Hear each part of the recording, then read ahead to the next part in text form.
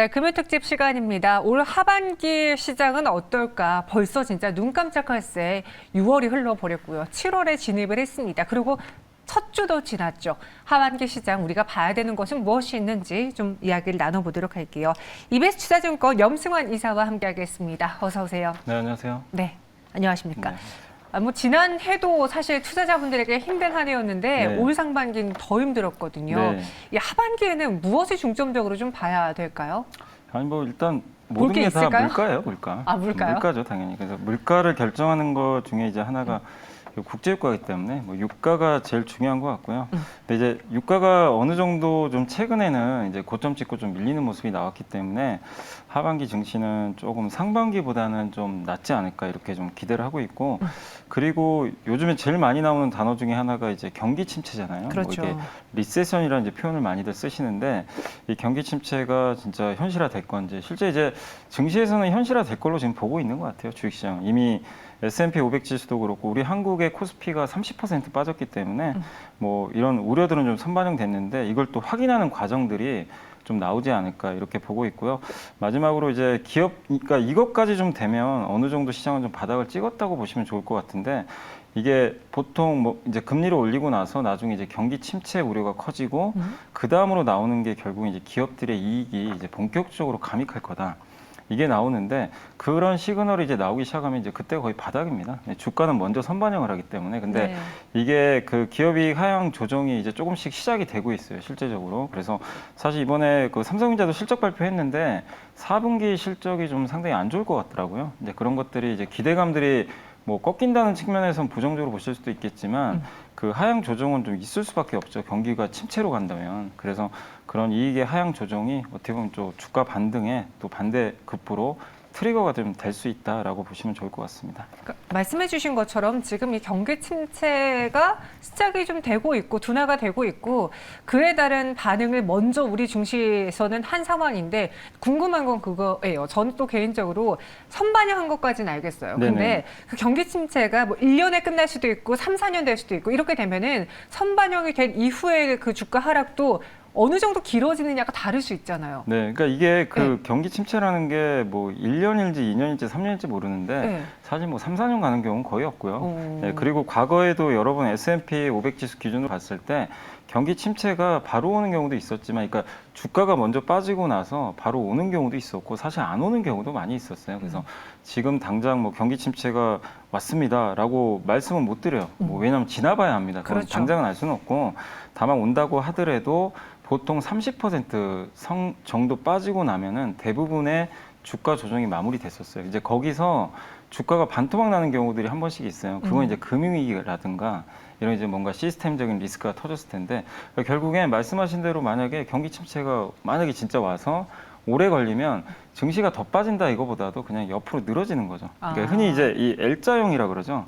요렇게 가는 거고, 근데 경기 침체가 안 오고 또 생각보다 물가가 빨리 안정화되면 뭐 이게 급하게 또 오를 수도 있겠죠. 네. 그래서 그런 흐름 뭐 둘 중에 하나가 좀 될 것 같은데, 아무튼 그거는 계속 나오는 뭐 데이터나 물가 데이터를 보면서 좀 체크를 해야 될 것 같습니다. 그럼 하반기 가장 큰 증시의 모멘텀은 물가가 어느 정도 안정되고 우리가 생각했던 것보다 금리 인상 속도가 좀 줄어들 수 있겠다라는 그 시그널이 보이는 순간의 모멘텀입니까? 네, 그래서 이제 사실 다음 주에 이제 네. 미국의 소비자 물가 지수가 발표되는데 아마 높게 나올 거예요, 5월보다. 그래서 이번에도 뭐 물가에 대한 우려감은 커지겠지만, 근데 시장에서는 국제유가가 지금 어떻게 움직이는지 다 알고 있거든요. 그래서 6월 말부터 이렇게 좀 국제유가가 급격히 좀 꺾이는 모습이 나왔어요. 근데 이제 이 소비자 물가 지수 계산을 할 때 휘발유를 그 평균가로 계산을 하거든요. 그러다 네. 보니까 6월 달이 어쨌든 5월보다 휘발유 가격이 올라갔습니다, 더.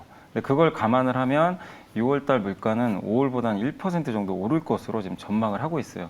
그렇기 때문에, 근데 지난 5월에 발표된 것처럼 그 물가 또 올라갔으니까 또 시장 급나가는 거 아니냐 이렇게 생각하실 필요는 없고, 이 부분을 다 알고 있거든요. 그리고 7월에는 지금 어떻게 됐죠? 이미 유가라든가 지금 뭐 곡물 가격이 다 꺾이고 있거든요. 그런 걸 봤을 때는 아마 이번에 그 다음 주에 발표되는 그 CPI 소비자 물가 지수가 발표되고 나면 이제 7월로 시장이 넘어가겠죠. 그렇게 되면 아, 유가가 이제 6월 좀 피크아웃은 했구나. 이렇게 또 나올 수도 있거든요. 물론 이제 해석하기 나름인데 그런 부분이 좀 나올 수 있다는 거 염두에 두시고, 그리고 제일 중요한 게 이제 국제 유가니까 유가가 피크아웃은 좀 한 것 같고요. 다만 이제 여기서 바로 빠지긴 어려운 게 7, 8월 달에 미국의 드라이빙 시즌이 좀 있어요. 그래서 휘발유 소비가 늘어나는 맞아요. 시즌이고 또 멕시코만에 허리케인이 또 많이 오는 구간입니다. 그 시즌이. 그래서 7, 8월을 넘어가면 이제 수요가 또 없어집니다. 그래서 아마 9월이나 10월 되면 국제유가가 좀 큰 폭으로 좀 빠지지 않을까 이렇게 예상을 하고 있거든요. 그래서 3분기 이후로 유가도 좀 본격적으로 하향 조정이 좀 받을 것 같고, 다만 8월까지는 국제유가는 그냥 잔잔하게 좀 옆으로 횡보할 것 같습니다. 그럼 최근 시장을 좀 점검하고 우리가 하반기를 예측하기 위해서 좀 섹터로 좀 더 자세하게 들어가 볼게요. 근데 예전에는 시장이 상승할 때는 약간 하나의 섹터, 하나의 업종들이 같이 막 꾸준히 올라가거나 꾸준히 좀 떨어지거나 그런 특징이 있었는데 최근은 그냥 테마 장세, 그리고 네. 같은 업종 안에서도 어떤 종목이냐에 따라서 또 성적표가 많이 달랐거든요. 그럼에도 상반기에 좀 눈에 띄었던 잘 버텼던 섹터를 꼽아보자면 뭐 이 역시도 물가 관련된 것들이었을까요? 그러니까 딱 두 개 테마인 거예요. 그냥 굳이 테마로 말씀드리면 네. 물가 상승 수혜주하고 뭐 원자재 관련주죠. 맞아요. 그쪽하고 이제 지정학적 리스크 수혜주, 이 두 개니까. 그래서 인플레이션 수혜주 같은 경우는 뭐 가장 많이 오른 섹터가 사료죠. 사료 업종이 제일 많이 올랐고, 그다음 비철금속, 또 이제 자원 개발하는 상사 업종, 정유, 또 LNG라든가 또 에너지 가격이 올라가다 보니까 이 태양광에 대한 투자 확대 기대감이 높아지면서 태양광도 좋았던 것 같고, 거기다 전쟁이 어쨌든 났기 때문에 지정학적 리스크 수혜주가 좀 강세를 보였는데, 특히 이제 독일 같은 국가가 GDP의 1.5% 정도만 그 방산비로 지출을 하는데 얼마 전에 그 결의를 한 것 같더라고. 2% 이상으로 올리겠다. 또 일본도 좀 국방비 진출을 늘리겠다고 했는데 전 세계가 일단은 이번 전쟁을 보면서 충격을 좀 많이 받았어요. 맞아요. 그래서 자주 국방에 대한 이제 그런 부분들이 강화될 수밖에 없기 때문에 방산과 우주항공 관련 기업들이 어쨌든 상반기에 그 급락장에서도 올라갔던 것 같습니다. 맞아요. 제가 봤을 때도 가장 배 아팠던 테마였던 것 같아요. 왜냐면 다른 종목들 다 밀리는데 네. 이들은 너무나 강하다 보니까 쳐다만 보다가 놓친 케이스들이 좀 많았거든요. 근데 또 엇박을 타면 안 됩니다. 여기서 끝까지 갈 수 있는 섹터를 또 골라봐야 될 텐데, 테마로 이야기하셨으니까 인플레이션 수혜주 안에서도 곡물단보다는 에너지와 관련된 거는 그래도 하반기 더 계속 볼 수 있지 않을까 싶기도 한데요. 그러니까 이게 곡물가랑 에너지 가격은 어쨌든 저는 이제 하반기로 갈수록 더 안정화될 거라고 보는데, 사실 이제 여기서 중요한 거는 이제 이 가격과 상관없이 좀 구조적으로 좀 성장할 수 있는 그런 부분들이 좀 있어야 되잖아요. 그래서 그렇죠. 저는 어쨌든 사료 쪽은 뭐 좋지 않게는 보고 있고, 다만 이제 아까 말씀드린 섹터 내에서는 역시 LNG 쪽하고요, 태양광 쪽을 좀 좋게 봅니다. 왜냐하면 전쟁이 만약에 끝난다고 해도 유럽은 이제 러시아랑 손을 잡을 일이 없어요. 그렇죠. 그렇기 때문에 이미 끊어버렸기 때문에 LNG 공급을 받아야 됩니다. 근데 유럽은 지금 LNG 인프라가 안 깔려 있는 이 나라들이거든요. 그래서 LNG 인프라 투자가 구체적으로 계속 좀 가시화될 가능성이 높기 때문에 이건 뭐 국제 효과랑은 저는 무관하다고 생각을 합니다. 그렇기 때문에 LNG 인프라 쪽에 대한 그 투자는 이어지기 때문에 계속 좀 관심을 가져보시고, 태양광도 유가가 뭐 여기서 $50 간다고 태양광 안 할 건 아니거든요. 왜냐하면 환경 문제 때문에 그렇거든요. 그래서 많은 분들이 지금은 이제 태양광도 유가 빠지니까 막 좀 이렇게 버리시는 분들도 계시지만, 이게 정책적으로 이번에 뭐 또 텍소노미가 결정됐지만 어쨌든 태양광은 유럽이 가장 중점적으로 이제 밀고 나가는 신재생 에너지거든요. 그래서 LNG하고 태양광은 좀 가격과 상관없이 좀 성장할 걸로 좀 보고 있습니다. 궁금한 게, 또 궁금한 게 자꾸 생겨나는데, 최근에 태양광주들의 수급을 보니까 기관이 엄청나게 끌어모았더라고요. 쓸어모았더라고요. 기관 투자자들도 좀 길게 보고 산 걸까요? 뭐 그걸 예측하기는 뭐 판단하기는 어렵지만. 근데 좀 답답한 게 네. 너무 짧게 하더라고요. 그래요? 기관자분들 좀 장기 투자하셨으면 좋겠는데, 네. 좀 답답한 게 어떤 이제 분명히 태양광이 유럽 쪽에서부터 모멘텀이 있고 뭐 태양광 비중 높인다고 해서 이제 올라갔는데 국제유가 빠지니까 이제 물량이 쏟아져 버리더라고요. 그날은 좀 충격적이었어요. 그러니까 이게 국제유가가 빠졌다고 태양광을 안 하는 건 아닌데, 그러니까 한마디로 지금 시장이 너무 어렵고, 이렇게 뭐냐면 약간 너무 시장 자체가요 투기적으로 되게 움직여요.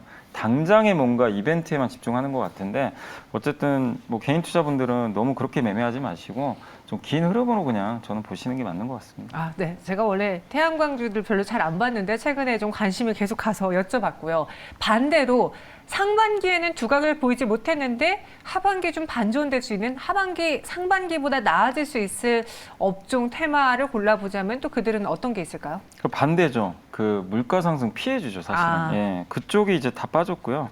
그래서 대표적인 게 바로 뭐 인터넷이나 게임 업종이죠, 어떻게 보면. 드디어요. 네. 그쪽은 너무 안 좋았잖아요. 왜냐하면 지금 인플레가 오면 금리가 올라가죠. 금리가 너무 빨리 올라가니까 흔히 뭐 PER을 이제 낮출 수밖에 없는 상황이다 보니까 고밸류 기업들이 그냥 뭐 이건 한국만의 문제는 아니었고 다 그냥 무너졌던 것 같아요, 사실은. 근데 지금 요즘에 이번 주 들어와서 완전히 상황이 바뀐 게 이런 인터넷 관련주들이 주가가 많이 올랐어요. 또 바이오도 그렇고. 그래서 시장 분위기가 확실히 좀 바뀌곤 있다. 그래서 하반기에는 만약에 아까 말씀드린 이 시나리오가 맞아야만 이게 조건이 맞는 건데 국제유가가 만약에 한 70달러대까지 떨어지게 된다라면 분명히 인터넷 관련주들은 또 다시 한번 주도주가 될 가능성은 분명히 있고요.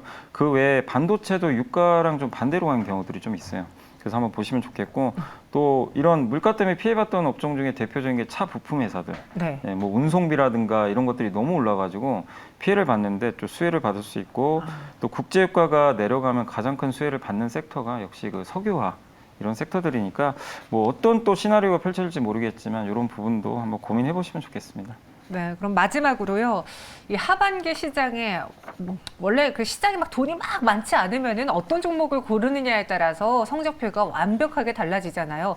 어떻게 종목을 잘 고를 수 있는지 옥석 가릴 수 있는 방법. 그리고 최근에 또 테마주가 아주 난리니까 네. 테마주 매매할 때 좀 유의해야 될 점들 같이 한번 전해주시죠. 그러니까 요새 보면 뭐 원숭이 두창 관련주다 또 요새 제일 저는 황당한 그 테마주가 무상증자 테마 같아요. 아, 대단하던데요, 그것들. 근데 그 저는 전혀 말이 안 되는 일인데 기업 이익하고 아무 상관이 없잖아요. 무상증자는 기업 펀더멘털과 뭐 일도 관계가 없는데 그게 이제 그 약간 투기성 매매가 붙어가지고 막 상한가 가고 몇 배씩 오르더라고요. 공구먼이 PER이 거의 한 100배까지 갔더라고요. 아, 그래, 100배까지 갔어요? 좀 황당하더라고요. 근데 이제 시장이 안 좋아서 그런데 분명히 지금 이제 시장이 삼성전자 좀 움직여요. 전자가 움직이는 이렇게 좀 시장이 좀 반등하는 국면이 나오면 그런 기업들은 급격히 무너질 수 있으니까 좀 되도록이면 그런 테마주는 좀 안 하셨으면 좋을 것 같고 그리고 시장이 이제 앞으로 어떻게 될지 모르지만 좀 시간은 걸리겠지만 만약에 좀 좋은 흐름이 나온다면 여러분들께서 좀 지금은 비용이 다 올라가는 시기입니다. 고물가 고금리 시대니까 결국 비용 부담을 상쇄할 수 있을 정도의 매출이 나와야 되잖아요. 그래서 매출 증가를 할 수 있는 그 수요 성장 산업 그쪽을 보시고 장기적으로 여전히 뭐 데이터 센터라든가 전기차 아까 말씀드린 뭐 태양광 LNG 그리고 요즘에 또 비용 절감을 위해서 스마트 팩토리 투자도 많이들 하는 것 같아요. 이런 이제 이쪽은 구조적으로 성장하는 수요가 있잖아요. 그래서 네. 이런 거에 대한 대표 기업들을 한번 옥석을 가리셔서 투자해 보시면 좋을 것 같습니다. 알겠습니다. 성장 산업에 대해서도 좀 정리를 해드렸어요. 하반기 사실 저희가 지금 예측을 한다고 해도 다 그대로 가는 시장은 아니긴 하지만 전체적인 틀과 함께 내가 어떤 종목을 볼까 미리 준비해 주신다면 시장이 안정기를 접어들 때 그때 여러분들의 수익도 확연히 달라질 것으로 믿습니다. 네, 염성환 이사님과 함께 했고요. 여기서 인사드리도록 하죠. 오늘 설명 고맙습니다. 네, 감사합니다.